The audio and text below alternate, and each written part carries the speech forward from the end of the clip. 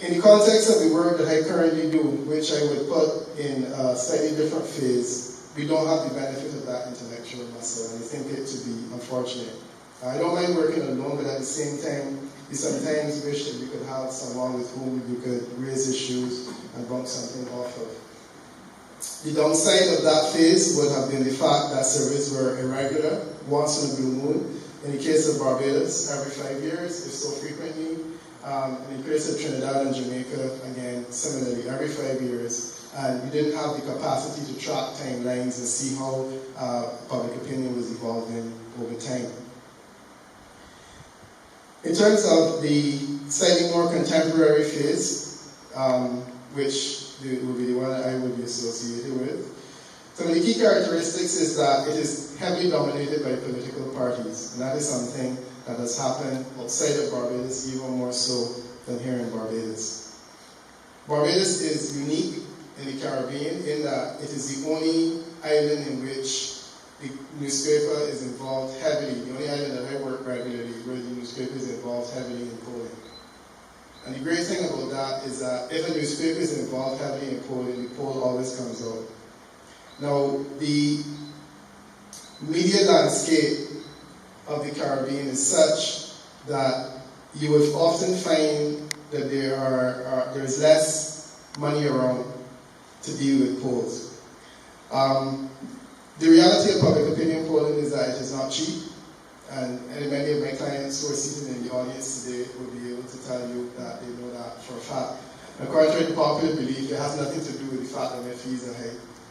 It has everything to do with the fact that when you look at the human resource component, because you have to pay interviewers to collect data, you start out with a substantial wage bill that has to be met before you go any further. So part of that challenge when you're looking at getting a poll done is that if a media institution is going to pay for it, the kind of profit margins that the media generates on those overall are such that you're not going to see them engaging in polling. In Barbados, the nation, my understanding is that the nation has treated it as a loss leader, and they understand that whenever they do a poll, they will write off the cost of that poll against a potential reputation that they will gain in the future. But they're not going to make any money from it, and indeed they will lose. In places like St. Kitts and St. Vincent, where the media space is even smaller, there's no way that sponsorship can generate the amount of money that's needed to run a poll. So as a result, in most of those countries, the polls are conducted by political parties, and then they're given to the newspapers to publish. The challenge that's created there is really very simple. The newspaper is always willing to publish a poll. The challenge is that political parties are not always willing to publish them, for good reasons. I mean, why are you going to publish something that's not in your interest?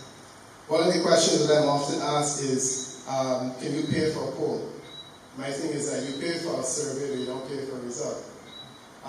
When you contract a poll, it belongs to you as a client. I collect the data on your behalf and I give it to you and pay the fee. You have the option to determine whether you want me to publish it and release it, whether you want to leak it yourself, or alternatively whether you just want to keep it and hold it. And in many instances, clients would do just that if the result is not something that they want to have released. So the challenge then is that I have all this data that I would often love to talk about, and I struggle because I can't talk about it unless I have authority from the client to speak about it. First case in point would be the 2018 election, where I was clear in my mind, and I'll talk about that a little later, what was going to happen, because I had poll data that stated clearly that the Barbados Labour Party was likely to win all the seats. The Barbados Labour Party also seemed to have a sense that it would be a bad idea if people knew that they were going to win all the seats. And as a result, very little was said. And I have no difficulty with that because ultimately the client has to determine what is in their own best interest. So, in the case of Barbados, I have probably 20 or so odd polls between September 2017 and 2018 that would have been able to tell you a lot about the landscape in 2018, which unfortunately will never be published in other than summary form subsequently.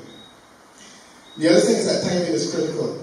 Now, in the case of a newspaper, we can time annually and say we want to have public opinion data to reflect those factors. The challenge in terms of the environment in which political parties drive the process is that they are working towards a timeline that's usually associated with an election, and generally they have no interest in data after. In my case, I'm interested in exit polling. I'm interested in understanding why people voted the way they voted.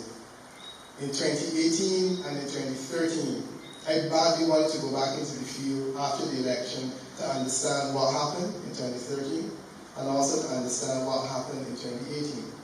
The challenge is that if you're going to look to a political party after an election, generally speaking, a political party after an election is broke, and the sponsors are broke, and the last thing that they're interested in doing is doing polling to find out what happened, and that is the reality. In my context, polls are short and sharp and a whole lot more frequent. We nibble at the cherry, while Paddy Manuel would have bitten the entire cherry and eaten the whole thing. Between 94 and 96, when I worked for Paddy Manuel, he did 4 single public opinion polls in 2 countries. My average is about 6 a year, and there have been months where I have actually done 4 public opinion polls in a single month. So I now have the ability to track trends and identify concepts, and one could argue that I am allowed to be considerably more experienced than they were on the basis of that opportunity. The other thing that you notice in this area is that most of the prominent pollsters make a living as either pollsters or political consultants like myself, which is good and bad.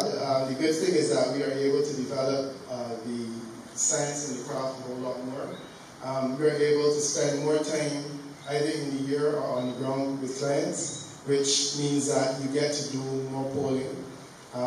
In the past, I had to divide myself between my clients in different countries, teaching and marking scripts and whatnot.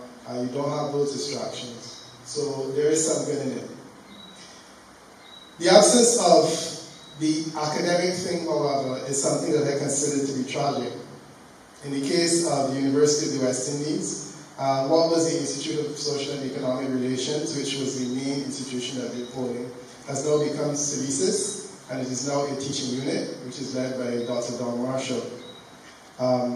Silicis has little time for polling, largely because there's not a lot of commercial interest in it. The persons who work there have to teach, and as a result, there is less polling than in that instance. In addition, UWI has not developed any initiatives in psephology, and psephology is really about the science of polling and using electoral data. And in many instances has become hostile to empiricism in political science. And that's something that I disturbingly have noticed more recently. So there really is no developmental polling going on at the University of the West Indies. There's really no one there who's interested in it. And unfortunately, there's none of that going on.